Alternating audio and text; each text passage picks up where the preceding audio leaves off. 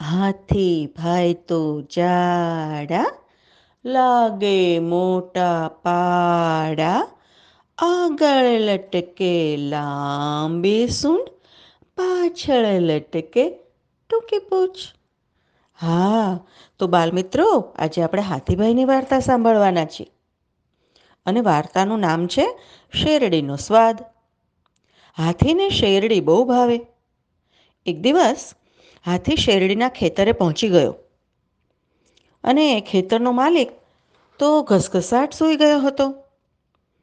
હાથીભાઈએ તો ભાઈ પેટ ભરીને શેરડી ખાધી અને હાથણી માટે પણ એક મોટો શેરડીનો ભારો પોતાની પીઠ પર લીધો.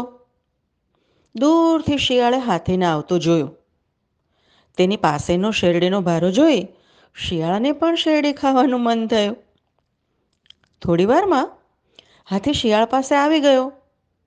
શિયાળે દયામણો અવાજ કાઢીને કહ્યું, અરે ઓ હાથીભાઈ, તમે તો ખૂબ દયાળુ છો, મને થોડી મદદ કરશો? તો હાથી કહે, બોલ, તારે શી મદદ જોઈએ છે? તો શિયાળ કહે, હું તો બીમાર છું, મને તમારી પીઠ પર બેસાડી અને આગળના રસ્તે ઉતારી દેશો? તો હાથી કહે, એમાં શી મોટી વાત છે, એક કરતાં બે ભલા. કહીને શિયાળને તો પોતાની પીઠ પર બેસાડી દીધો. શિયાળ હાથી પર બેસી શેરડી ખાવા લાગ્યો. શેરડીના સાંઠા ખાલી થતા ગયા તેમ પાછો શિયાળ રસ્તામાં આવતા ઝાડની ડાળીઓ કાપતો પણ ગયો ને તેણે શેરડીના સાંઠાની જગ્યાએ એ ડાળીઓને મૂકતો ગયો. શિયાળે તો ધરાઈને શેરડી ખાધી ને કેટલી તો બગાડી. શિયાળને તેના રહેઠાણ પાસે ઉતારી હાથી પોતાના ઘરે ગયો અને હાથણીને કહે, લે, તારા માટે શેરડીના સાંઠા લાવ્યો છું. એમ કહી પોતાની પીઠ પરથી ભારો નીચે નાખ્યો. હાથણી કહે, અરે, આ તો શેરડી નહીં પણ બળતણ માટેના સાંઠીકડા છે.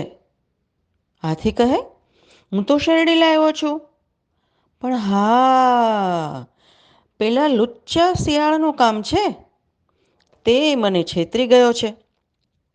શિયાળને પાઠ ભણાવવા હાથીએ મધમાખીની રાણી પાસે જઈને બધી વાત કરી.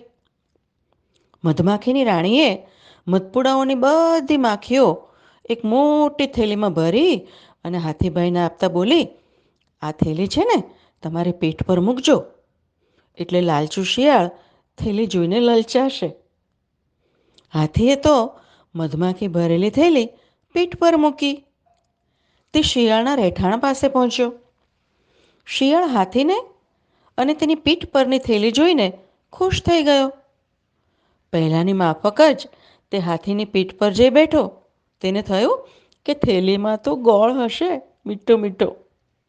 શિયાળે થેલીના મોંની દોરી ખોલી અને ખાવા માટે હાથ નાખ્યો.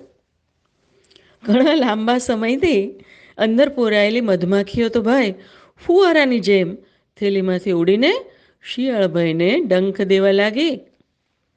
શિયાળે તો પીડાથી બૂમો પાડી, હાથીભાઈ, મને જલ્દી નીચે ઉતારો, મારી ભૂલ થઈ ગઈ, હવે ક્યારેય ચોરી નહીં કરું.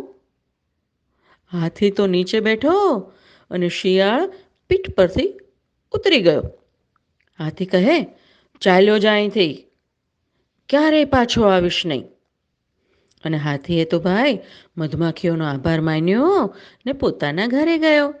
ખાધું પીધું ને રાજ કર્યું.